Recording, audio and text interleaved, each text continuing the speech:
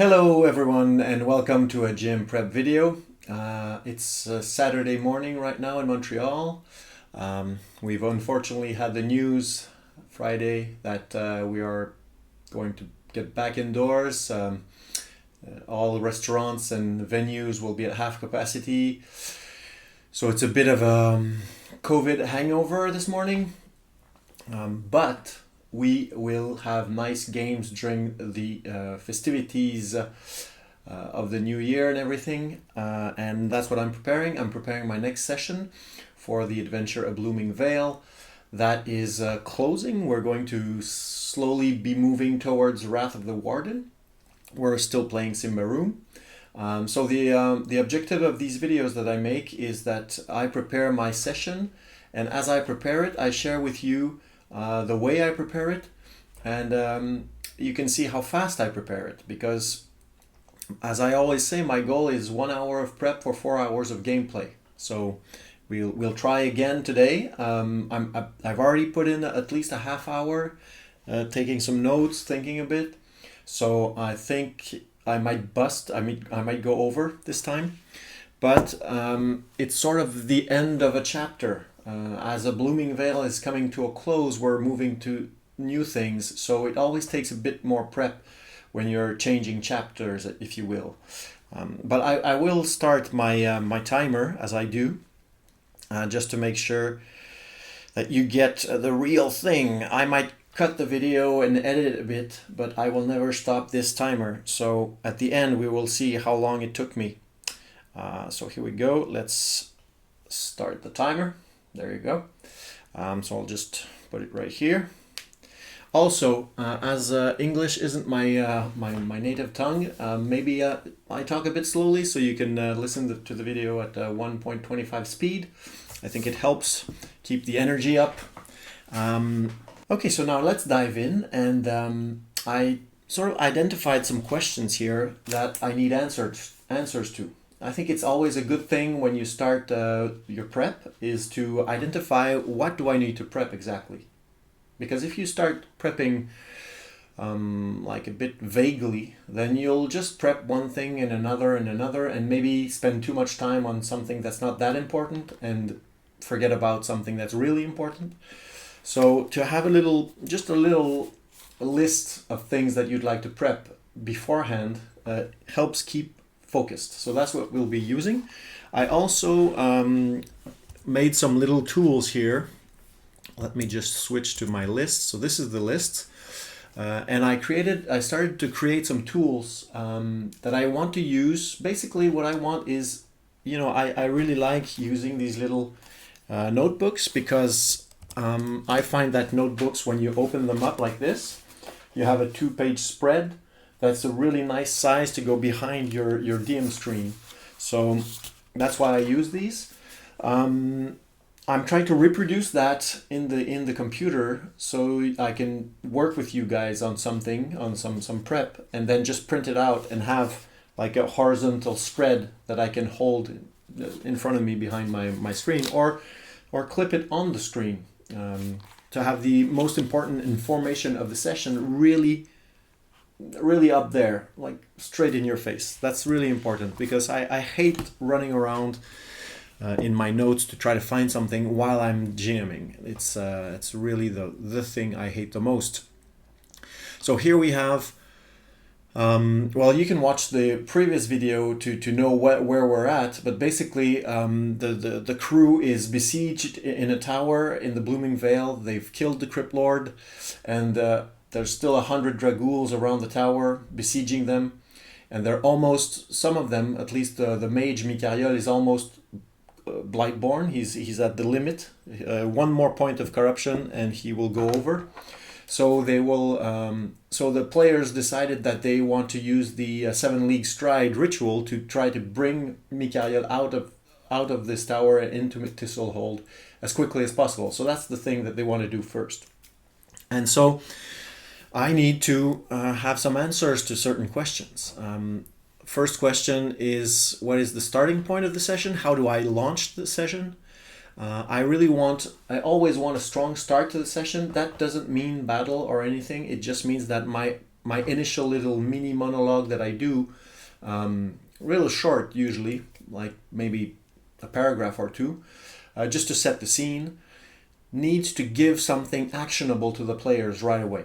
So you don't want to just say, for example, okay, so we're you remember we when we left off, you were in the stairwell, and there's a grate that's closed that you locked. What do you want to do? That's really, it's not bad per se, but your players will probably start talking, start metagaming a bit, start having those chats that always last for hours of what do we do, which order, and of course it's good to have those chats. You want the players to interact and to be able to make their choices, but to start off a session by like a long conversation is not a great way to get invested in the game quick. So I prefer to offer some ambience, some elements of pressure, just a slight pressure, even if it's a low point, and that they're even if they have a breather in the story at that point, you still want to hint that some things are going to get worse if they don't act decisively. That's really important because it's the beginning of the night. It's the beginning of the story of this evening of play. So you need to install some inciting incidents as quickly as possible in the story to get things moving. So that's just basic dramatics at work there.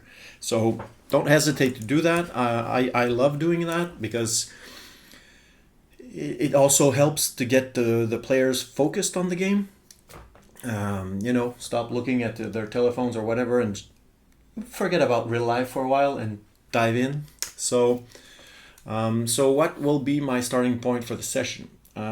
Immediate immersion. How does immersion work? That's what I started to describe. For me, of course, I'm always talking just of my own experience. I know that I haven't GM'd like thousands of different groups. I have a group of friends that we play together for years and had some new players coming in and out. So my experience is my own and your experience may vary, of course, but I would say that immersion as a storytelling thing, when we do storytelling around the table or around the fire, it means that you have to get everybody's mind's eye on the pictures, sounds, the imaginary world. That's immersion. That's when we sort of get into that sort of meditative state. It's not meditative, but it's a shared imaginary space. And to create that, you need focus. I mean, it's an effort. It's a mind effort. And you need to facilitate that as a GM. And how do you do that? Well, first, of course, description is your main tool. But description of story elements that can have an active role in the story is much stronger. Like if you just describe lengthily a room filled with different kinds of furniture and you describe the furniture, it's all well and good, but if the furniture isn't the subject of the story, then you're describing just decor. Just like in animated cartoon series, they paint the decor, and the parts that the characters can interact with are a little different. In the old cartoons, it was like that. You had the setting was just a one nice fixed painting, and then the objects that the characters were going to use were actually cartoon drawings. So you could already see where they could interact. So you have to keep that in mind. Focus on what the players can interact with, and the rest is flavor, it's mood, it's ambience. It's good, but it needs to be short. It needs to be very efficient in your description. You can't waste time on those elements too much because it's going to kill the rhythm of your storytelling. And the rhythm is super interesting, as we know. So I'll start answering those questions later. So let's just go through the questions first. So how will I build tension? That's the other big question that I always ask myself. As I did in the last video, we talked about how to create waves during battle scenes and use some layer action kind of ideas. It's always elements of story or items or characters or whatever, elements of story that you have as ammunition that you can use as needed when you GM your evening. So you need those. That's critical. I think for a good, like if I go into a session and I'm doing full improv, I'll feel a bit naked because I don't have those ammunitions. So I have to make everything on the fly, and coming up with interesting original things on the fly isn't that easy. I know that a lot of people like playing complete improv. I don't really like it because usually you're using tropes and stereotypes to death when you do that, because that's how you sort of get something vivid and that feels complete on the table really quick. Well, you'll use some references from movies, but it'll be more copy and paste than inspiration that you've digested and made into something else. So I prefer the creative. I prefer having some space for my creativity, so I need that time to sit down and prep. I think a lot of us GMs like prepping. It's just that it can get overwhelming at some point if you just lose control. But prepping in itself is fun because you get those creative juices flowing. So I need some elements to build tension during that session. Why we always have enough? That's another part here that I think sometimes maybe beginning DMs or GMs maybe they're less confident in their own ideas and they want to always use other ideas from printed modules or whatever where they can pick them up, because they're scared that their own ideas might be a bit lame or a bit, that the players won't like them.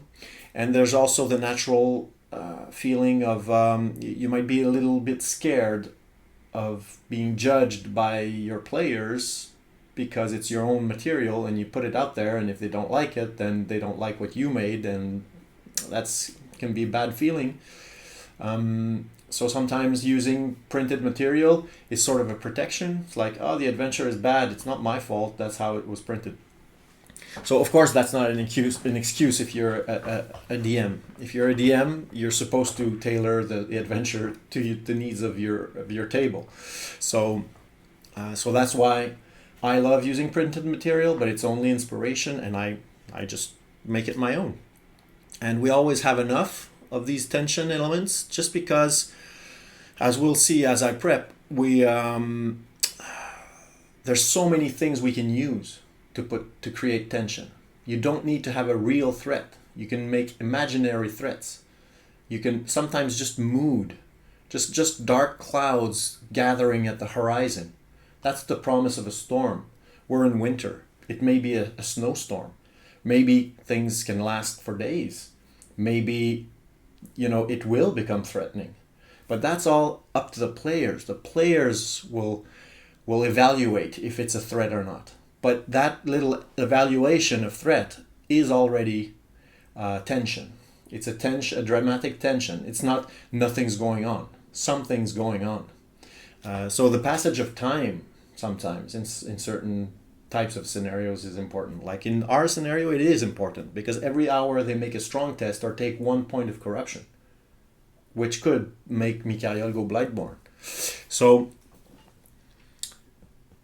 there you go. You always have things that you can use to create tension. And what events? That's just a sub-question. What events? So it's elements and events. Do you have any NPCs that are doing things in the background that could come to the foreground and that could influence the flow of the story and that could create tension? Or sometimes it's not even tension, it's just a new element, a new information that comes in. A messenger comes in and tells you that the people that you sent somewhere to do some investigation found out something. Whatever seeds were planted in the story beforehand, these seeds can grow and bear fruit, and those fruits are delivered to the players, and then they can act on them. So that's a great way to create tension. It's not bad tension. It's a good tension for the players. It's like, oh, we have something new to work on. Let's go. But it just gets the energy level up. So the two first questions are the most important ones, and the other ones are sort of, they're sub-questions. What locations and NPCs will I need to flesh out? Just related to what I answered in the first questions. I don't want to flesh out just for fleshing out. Just mindless world building, maybe a fun hobby, but it's not useful to run a game. So if you like doing that, you want to create the whole city, and you want to stat out every guard and every captain of the guard, and you want to know where they live and what's the size of their house and who are their friends, and you want to do that for every important character in this town, and that's all fine and dandy, but that's another game. You're just doing something else. You can do that, of course, but it's not useful for your game. It's just like a side game that you have for yourself. Of course, from that material you can snatch stuff to use in your game afterwards. But it's just like you're writing a source book, basically. So it can be a great endeavor. But if you want to do that, I would totally encourage you to do it professionally. I mean, to bring that work to a level where you can actually sell it.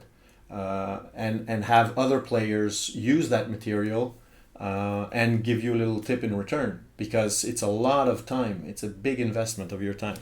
So here we have the locations and NPCs. At the bottom we have the last question: which tools would it be nice to have? So that's tools I'm trying to create that are more standard, that I can just fill in before every session, so it simplifies my prep.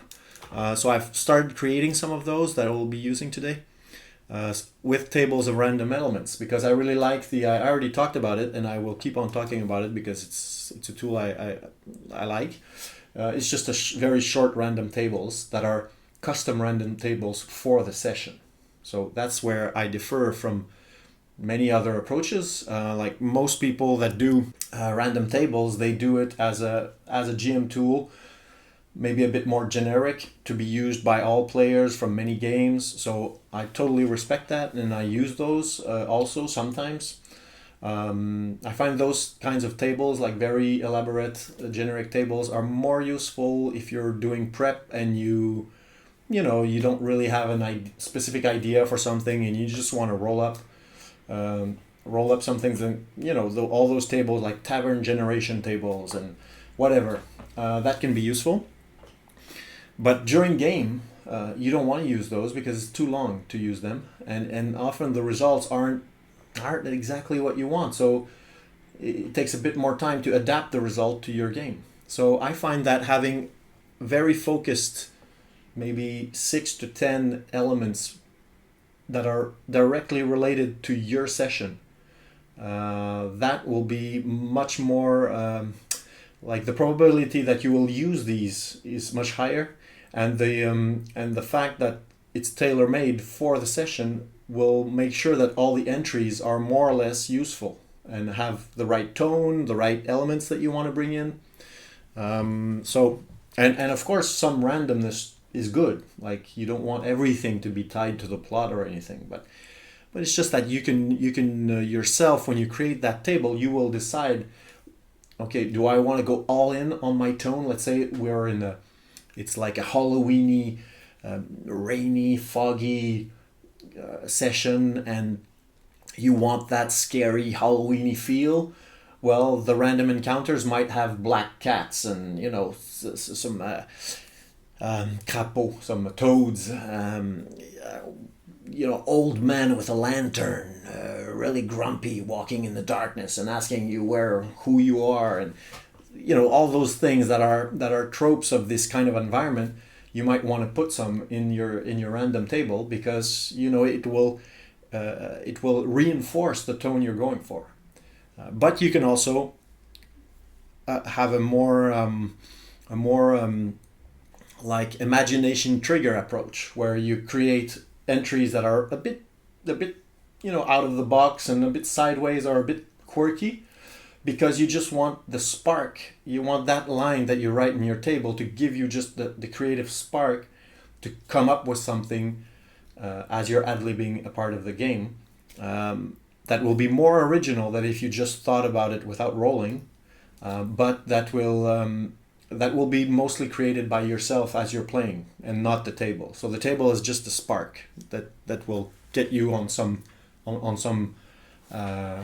train of thought that will lead to something original. So okay, so these are the questions we will answer today. So I'll go back to this here. I'll show you. I don't know if this is going to work. Okay, I just created these because I want to have something that I can fill in easily. There's just main ideas of the title of the session with important, location events or whatever. And then I have some tools. So I have some names here with descriptors. I have some tables that the tables I just talked about that I can create here. And I can have some location pages to have just a location fleshed out. And here that's a city district. So we'll come to that later because I'll flesh out one of the districts of Thistlehold. Okay, so first of all, the evocative title is very important for my focus as GM. Like what's the main action that's going to happen tonight? So it will be retreat to Thistlehold. Okay, and I'll add just a parallel montage. Okay, I will just fill in a couple of ideas that I already had in my notebook, and I'll come back to you right afterwards. Okay, so I quickly wrote a few things that I can show you here. So the first idea is a Tormented Tobela. Tobela is the Ordo Magica wizard that they were sent to save. She's the only survivor from her mission with the novice Renfalt that was sent to Thistlehold by Na Etiquel Ambriagos. So I need more detail about her because she will be a more important NPC that I will roleplay this session. Second idea is Vild's enemies. The way that I'm going to create some tension between the two locations, as Vild, the ogre wizard, will use 7 League Stride repeatedly to bring back everyone to Thistlehold. I want to create tension on both in the tower, things must happen, and also in Thistlehold to threaten this retreat. So it's a bit like the Dunkirk retreat, they're stuck on the beach and they need to get out fast, and the Germans are closing in. So I need to get that going. And the Vild's enemies is a bane that he has. It's called Nemesis, I think, or Arch Enemy or something like that. So he chose to have an enemy. The player chose to have that enemy. So this will be the first manifestation of these enemies. I want to do something special for Mikariol because he's almost Blightborn. So I want to make this a role-playing thing, not just a mechanical thing. So I need some ideas about that. He needs to be harrowed by this experience. It needs to change him in some way. The last two are short little things. It's the dark things under. If they do go under the tower to try to find the copper tubes and to eventually even excavate and confront the darkness in the bottom of the tower, I need to be at least a bit prepared for that. I don't think they'll get there in this session, but I just need to make sure I have my ideas straight. And Eox's gratitude. So when they went to the Blooming Vale, they met the god forest spirit Eox, the great bull, the great turquoise bull, and he sort of led them there. And I think I don't think the spirit knows yet what has transpired, but he has seen them fight from afar, and he knows that they're doing his will in a way. And so he needs to manifest himself. And also last session, Vild, using beast tongue, called to him a couple times, called for help, and nothing happened. So now I would like to have at least a little a reappearance of Eox, because the whole point of this adventure for me as a DM is to foreshadow what will happen in Wrath of the Warden. So I wanted to have my players know about Eox and have something personal at stake about Eox. So that's why I need to bring Eox back, to just bring back a bit of a focus, remind the players that this area of Davokar is where Eox lives. Okay, and I have the stat block of Tobela on the right that I put there.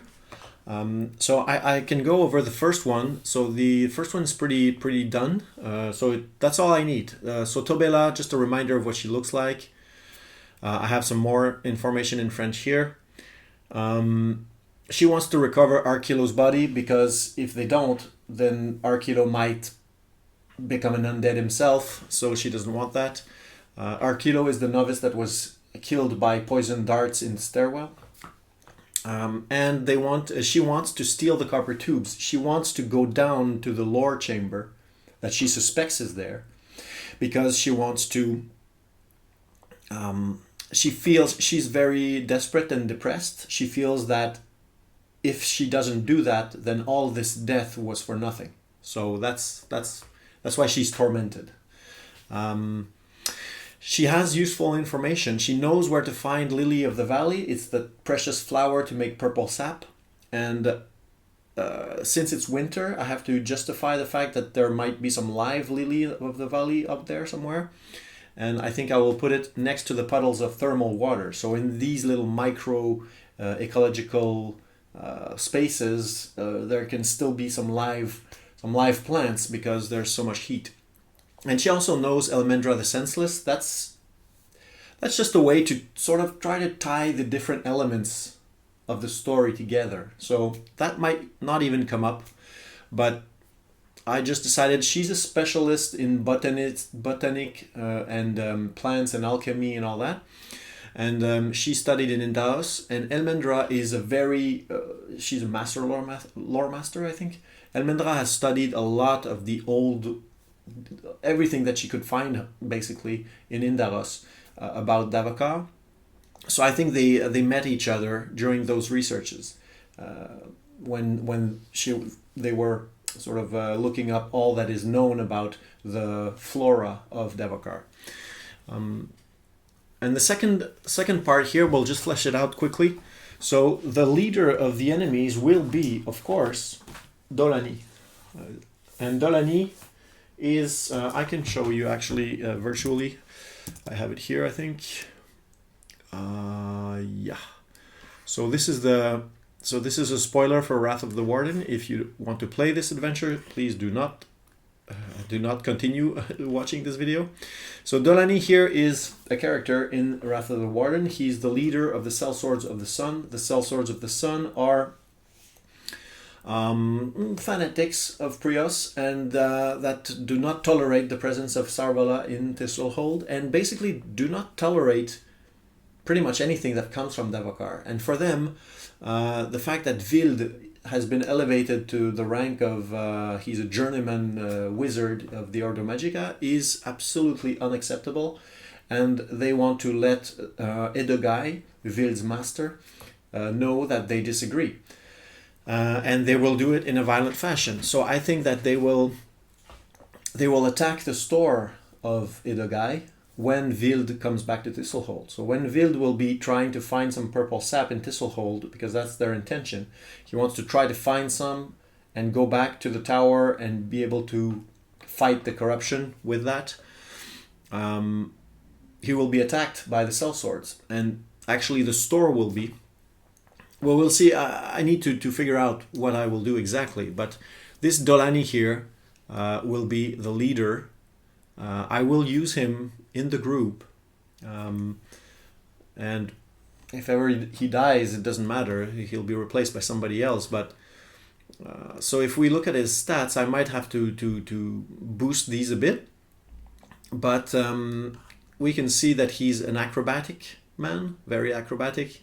He has Feint, that's great, I love it. It's one of those abilities that are a bit broken, but I think my house role will just be that to get the advantage at the novice level, you need to do the discreet versus vigilant roll, as you do on the master level of this ability. At master level, you do that to get an extra attack. At novice level, you will do that to successfully do a feint and obtain +2 to hit, +1d4 damage.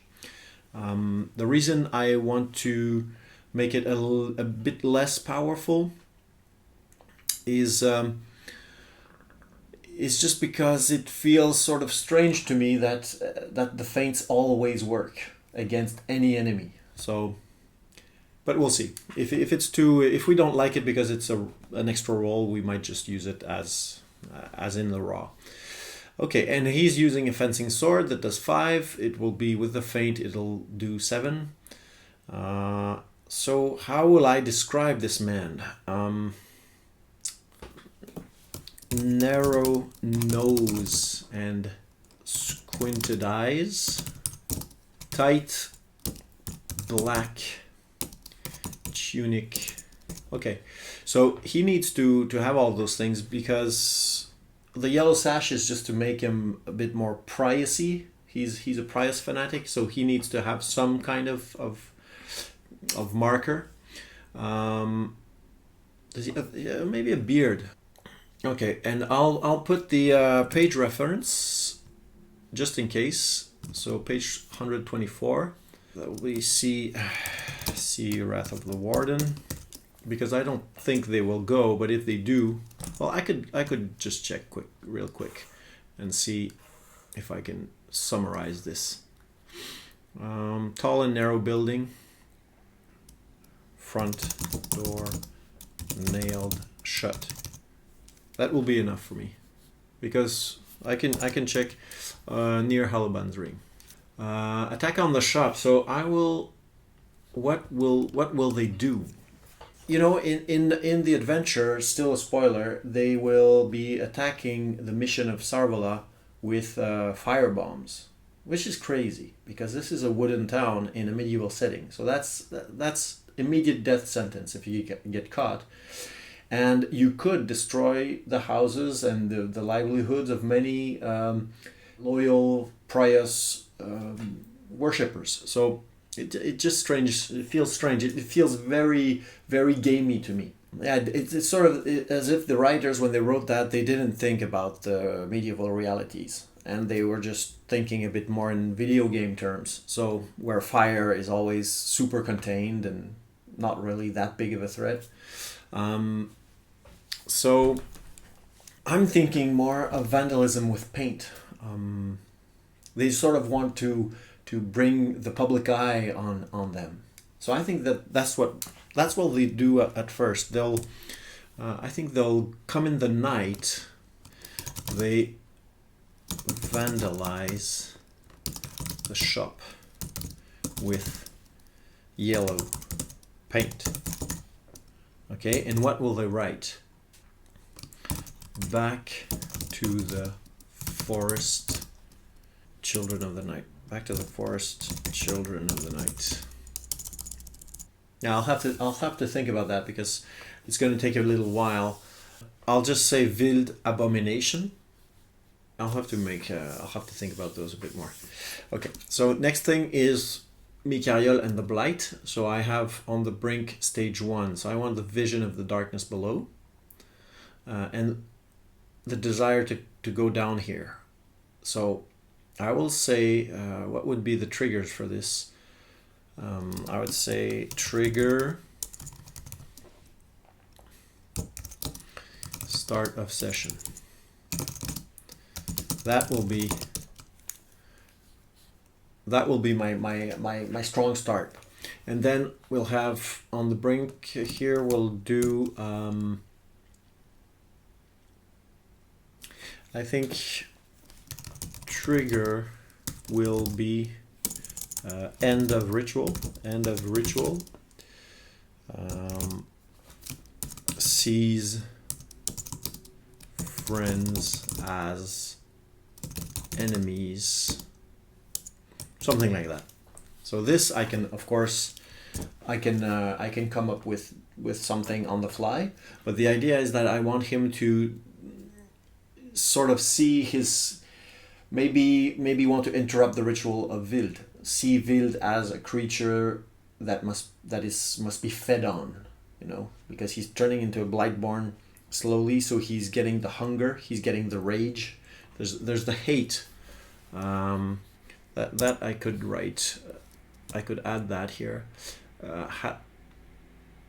enemies filled with hate for the living, okay, for life, okay, and now what I'm wondering is what do I do with the strong roll? Because if he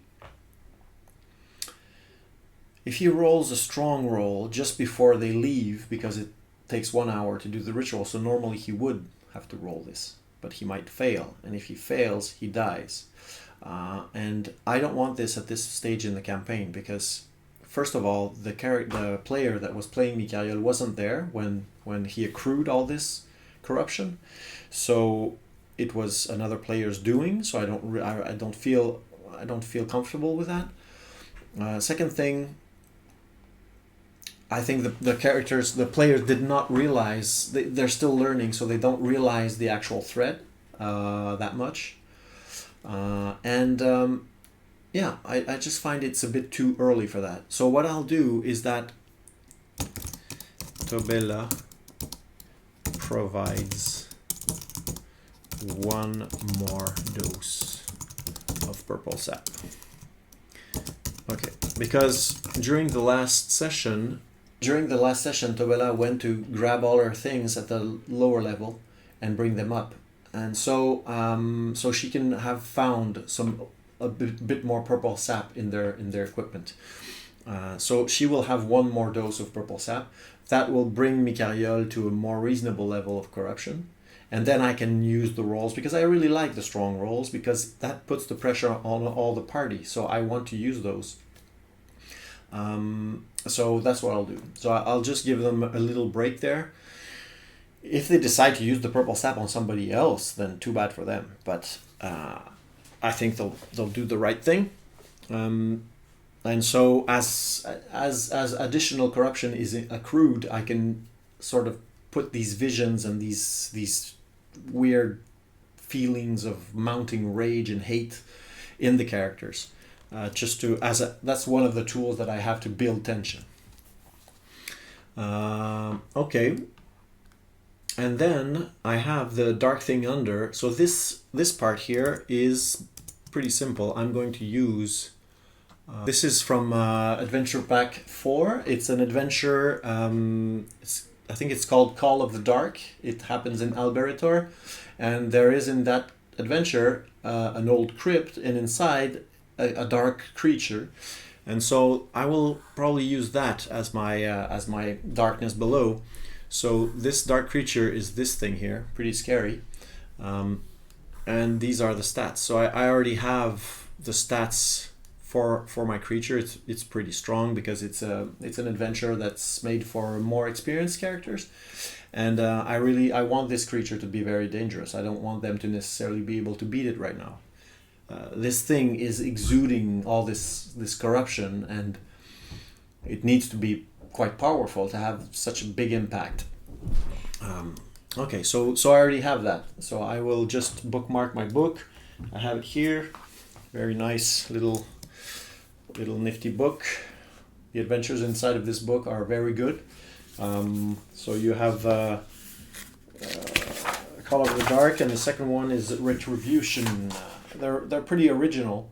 I won't tell more about these in this video, but I totally encourage you to check them out. Eox Gratitude. What will Eox do? As the night is falling, Eox makes himself visible during the night. We could say that I really like the idea that the spirit world and the natural world get closer during the night. That's why the ghosts often appear at night, and visions, and nighttime is where reality fades out and imagination becomes a bit more prevalent, and in a fantastical world like this, it means that during the night strange things happen, and Eox will manifest at night, or at dusk at least. I think he will moo. First of all, it will be moo. Okay, so a powerful, deep, trembling moo. Attract ghouls, dragouls. Attract dragouls. So I will say that at night, the moo will cause 20 dragouls to go investigate the valley. Let's put even more. I'll say let's put half of them, like 50. Okay, so that's a good thing. And the last idea is what do the dragouls do? Forgot about that. That's super important. So the dragouls, so they are starving the PCs. Only, say, 6 are in the lower levels. Okay, and last thing is night attack. They climb the vines to the throne room. So that could be interesting. Just that's another tool to create tension. So if we go lower, we're almost done. So these here, these random events or things or whatever, I don't feel I'm going to really need any. Maybe I will need some for the apothecary. In the locations, I need an apothecary here. I need, I don't know, let's say JURGOIs, elixirs, and powders. Okay, so that's not really clear right now. I'll try to word it best, but the idea is that it's very, very narrow. There's 2 levels, a bit like some old libraries where there's a balcony level, and there's things up to the roof, and a ladder to get to them. Okay, and there's clearly an alchemist shop in the back. Alchemist workshop in the back. Okay, the NPC is JURGOI. You know, he went in the forest to get some things in taboo places, and he knows about the elves, and he was there when the elves attacked Thistlehold, and it really shook him to the core. He was really scared. So he's a bit of a paranoid. So he will be hard to convince. I mean, they'll have to pay dearly for their purple sap, is what I mean. Here I can say what's in the shop or what's available. And I'll just add 5 more. So yeah, just some interesting things that I'll find in the advanced player's guide, and maybe somewhere else, maybe a bit of the goblin stuff. Basically, this guy is the only one that has purple sap right now in Thistlehold. So they can go elsewhere. There's some other locations in the Thistlehold guide, but they will not be able to find purple sap there. And the last thing here is the district. I have these, and then down here I can create 2 tables to populate the streets of this area of the town. And I already have a few ideas that I collected.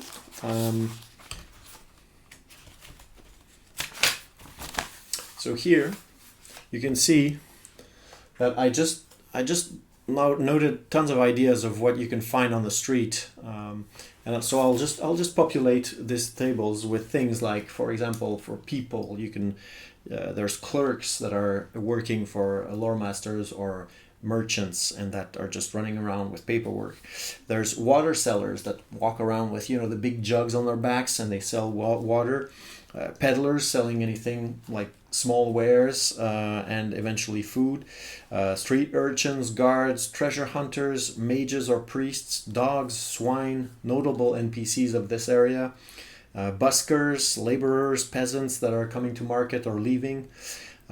Artisans, nobles, monster hunters, monster handlers if you're near the abomitorium. Gladiator if in that area.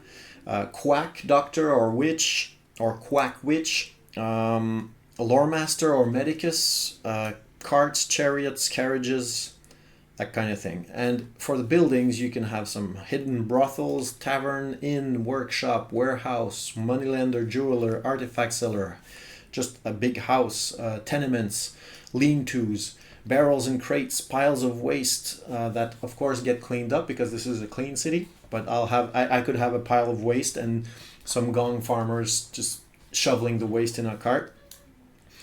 You can have some bakery, a notable location of this place, of this area, like the name locations. You can have a butcher, apothecary, or specialist of you know, any kind. Blacksmiths, cloth weavers, tailors, tannery, leather worker, potter, sculptor, luxury item or toy maker. So I will just populate those, and so if I need a quick description of what's on the street, I can just roll up some dice and get some results.